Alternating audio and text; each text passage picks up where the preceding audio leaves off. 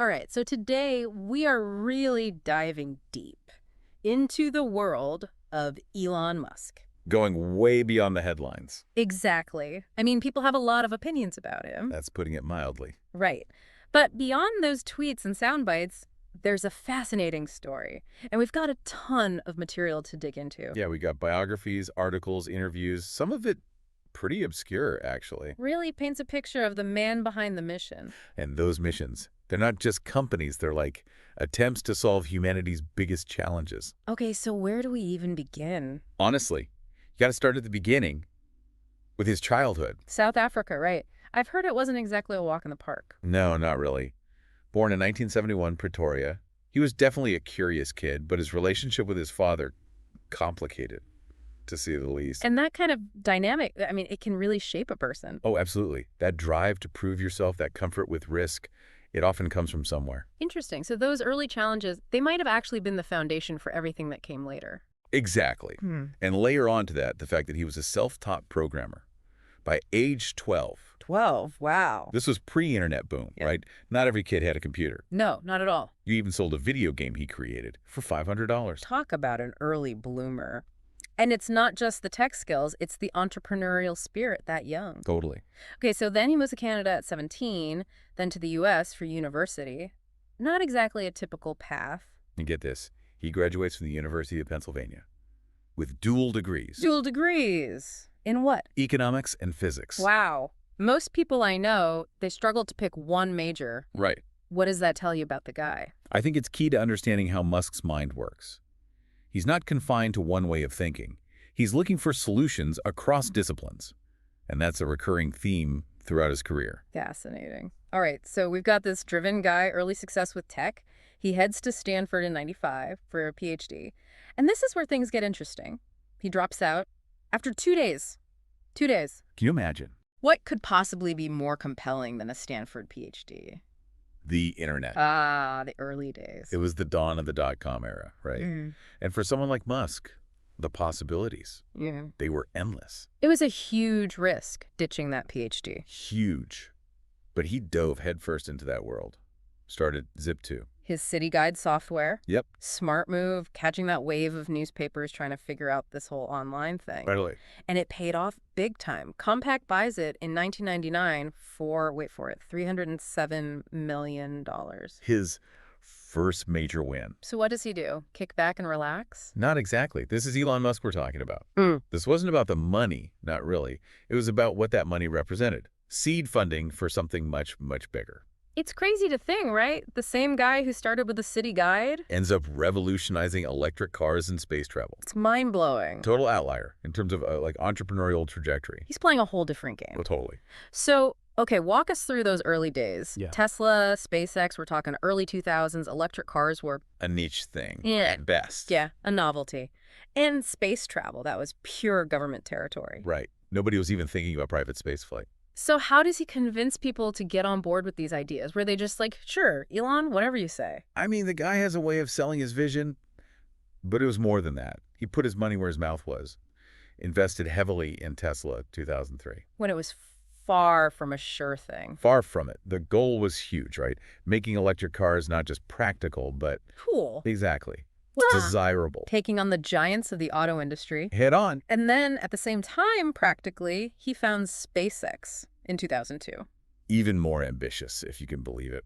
What was the driving force behind that one? Was it just like a lifelong fascination with space? I think it's deeper than that. He's talked about humanity needing a backup plan. A backup plan. Yeah, like, what if something happens to Earth? We need somewhere else to go. Wow. He saw space exploration as essential for our survival long term. Not just visiting, but like colonizing?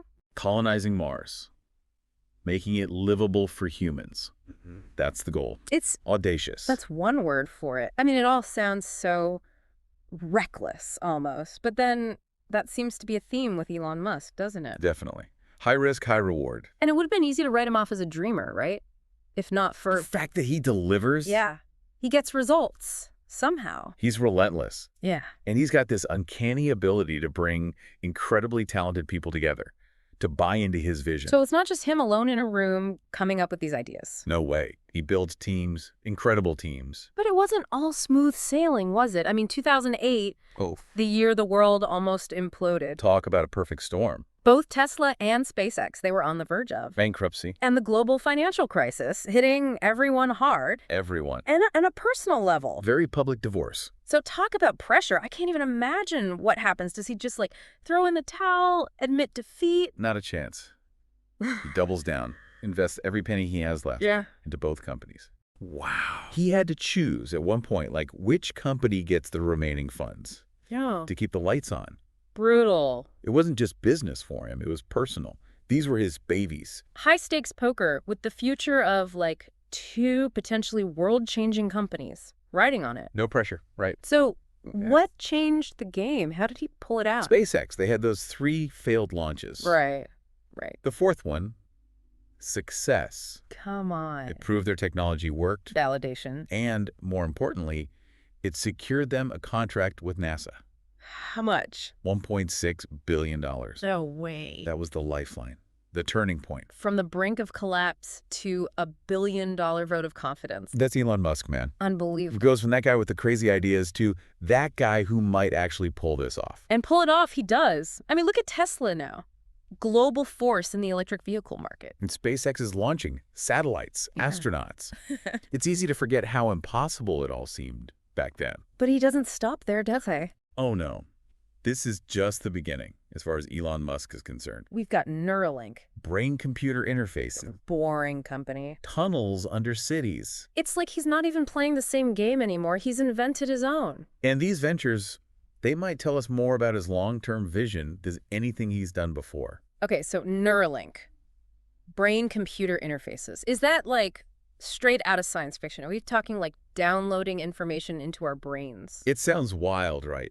But the core idea with Neuralink, it's about connecting our brains to technology in a more direct way. Okay, so less matrix, more what? Practical applications. Exactly. Initially, they're focusing on medical stuff, like helping people with paralysis control devices with their thoughts. Wow. Or, new treatments for Parkinson's, Alzheimer's, things like that. So helping people regain lost abilities, that's huge.